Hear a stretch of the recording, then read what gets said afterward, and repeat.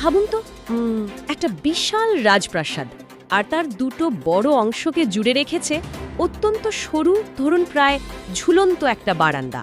হ্যাঁ, আর একটু এদিক ওদিক হলেই কিন্তু প্রাসাদের একদিকের সঙ্গে অন্য দিকের যোগাযোগ পুরোপুরি বিচ্ছিন্ন হয়ে যাবে। একদম তাই। আর এই সরু বারান্দাটিই হলো আমাদের চিকেন স্নেক বা শিলিগুড়ি করিডর।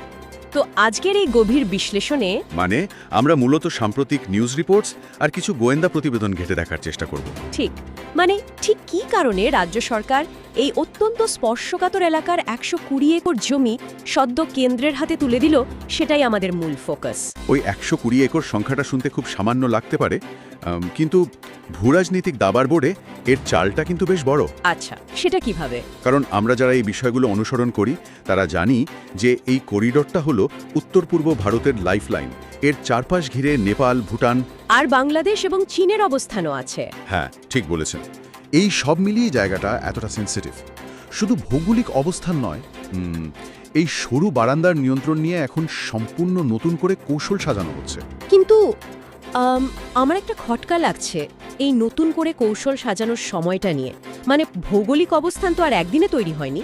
না, তা তো হয়নি। চারপাশে দেশগুলো যুগ যুগ ধরে ওখানেই আছে। সেটাই। তাহলে হঠাৎ করে এখন, মানে ঠিক এই সময়েই এত বড় একটা জমি হস্তান্তরের সিদ্ধান্ত কেন নেওয়া হলো? এর কারণটা লুকিয়ে আছে আমাদের হাতে আসা ওই সাম্প্রতিক ইন্টেলিজেন্স রিপোর্টগুলোতে। গোয়েন্দারা বেশ কিছুদিন ধরেই সতর্ক করছেন ওই অস্ত্র পাচার আর জাল নোটের কারবারের বিষয়ে। হ্যাঁ, শুধু তাই নয়, মাদক আর অনুপ্রবেশের একটা অত্যন্ত সক্রিয় নেটওয়ার্ক তৈরি হয়েছে ওই নির্দিষ্ট রুটটিকে ব্যবহার করে। বাপরে! তার মানে চীন আর বাংলাদেশ সীমান্ত লাগোয়া এই অঞ্চলে পুরনো নজরদারি ব্যবস্থা দেওয়ার কাজ হচ্ছে না? একদমই তাই।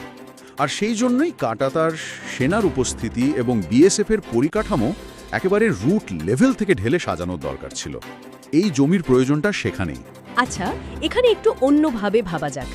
120 একর জমি নেওয়া মানে তো শুধু ওই বারান্দার মুখে একটা বড় লোহার গেট বসানো বা কাঁটাতারের বেড়া উঁচু করা নয়। না, একদমই না। কারণ বিপদের সময় যদি সেনা জওয়ানরা রাজ্যের লোকাল ট্রাফিকে বা হাইওয়েতে আটকে পড়েন, তাহলে ওই উঁচু বেড়া তো কোনো কাজেই আসবে না। এর সঙ্গে নিশ্চয়ই রাস্তার নিয়ন্ত্রণের কোনো গভীর সম্পর্ক আছে। এটা একটা দারুণ পয়েন্ট তুলেছেন। শুধু সীমানায় বাহিনী বাড়ালে তো হবে না, সেখানে পৌঁছানোর গতিটাও মসৃণ করতে হবে।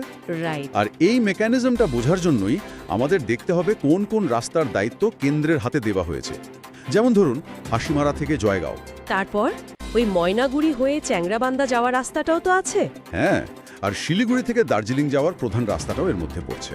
আচ্ছা, মানে এই রাস্তাগুলো রাজ্যের হাতে থাকলে যে কোনো বড় সামরিক কনভয়ে চলাচলের সময় একাধিক লোকাল পারমিশন লাগত।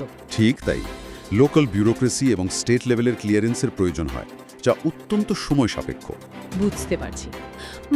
মানে ব্যাপারটা হলো ওই সরু বারান্দা থেকে সব আসবাবপত্র সরিয়ে একেবারে ফাঁকা করে দেওয়া, যাতে বিপদের সময় প্রাসাদের প্রহরীরা কোনো কিছুতে হোঁচট না খেয়ে সোজা দৌড়ে যেতে পারে। চমৎকার একটা তুলনা দিলেন। কেন্দ্র সরাসরি রাস্তা নিয়ন্ত্রণ করলে লোকাল পারমিশনের গেরো থাকছে না, তাই সেনার রেসপন্স টাইম এক ধাক্কায় অনেকটা কমে যাবে। তার মানে লজিস্টিক্সের ক্ষেত্রে এই জিরো ফ্রিকশন বা বাধাহীন চলাচলটাই যে কোনো জরুরি পরিস্থিতিতে গেম চেঞ্জার হয়ে দাঁড়ায়। হ্যাঁ, রাজ্য স্তরের লাল ফিতের ফাঁস এড়িয়ে সরাসরি কেন্দ্রের নির্দেশে দ্রুত মুভমেন্ট নিশ্চিত করাই এর মূল লক্ষ্য। তবে এই লজিস্টিক্সের রদবদল নিয়ে রাজনৈতিক পারদ কিন্তু বেশ চড়েছে। আমাদের সোর্স হিসেবে থাকা সংবাদ প্রতিবেদনগুলো পরিষ্কার দুটো ভাগ দেখাচ্ছে। হ্যাঁ, একটা হলো বিজেপির দিক আর একটা বিরোধীদের দিক। ঠিক। বিজেপির দাবি হলো দেশের নিরাপত্তার প্রশ্নে কোনো আপোষ করা চলবে না, তাই এই পদক্ষেপ জরুরি। অন্যদিকে বিরোধীদের দাবি নিরাপত্তার মোড়কে আসলে রাজনৈতিক প্রচার এবং ক্ষমতা দখলের চেষ্টা চলছে।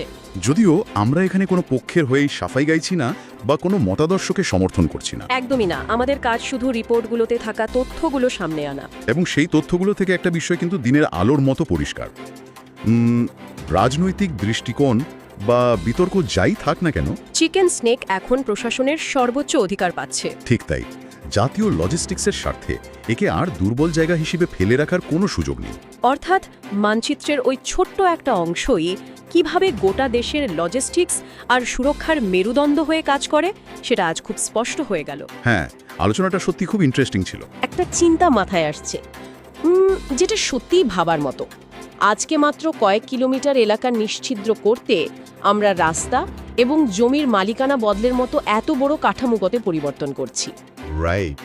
কিন্তু আজ থেকে ধরুন 10 বা 20 বছর পর কি হবে, যখন স্যাটেলাইট নজরদারি, এআই চালিত ড্রোন বা আরও আধুনিক সেন্সর প্রযুক্তি বর্ডারের চেহারাটাই বদলে দেবে। তখন কি এই চিকেন স্নেকের মতো ভৌগোলিক সীমাবদ্ধতাগুলো আদৌ আর কোনো বাধা হয়ে দাঁড়াবে? হ্যাঁ, মাটির উপর সীমানা বা রাস্তার এই নির্ভরশীলতা কি আগামী দিনে পুরোটাই অপ্রাসঙ্গিক হয়ে যাবে?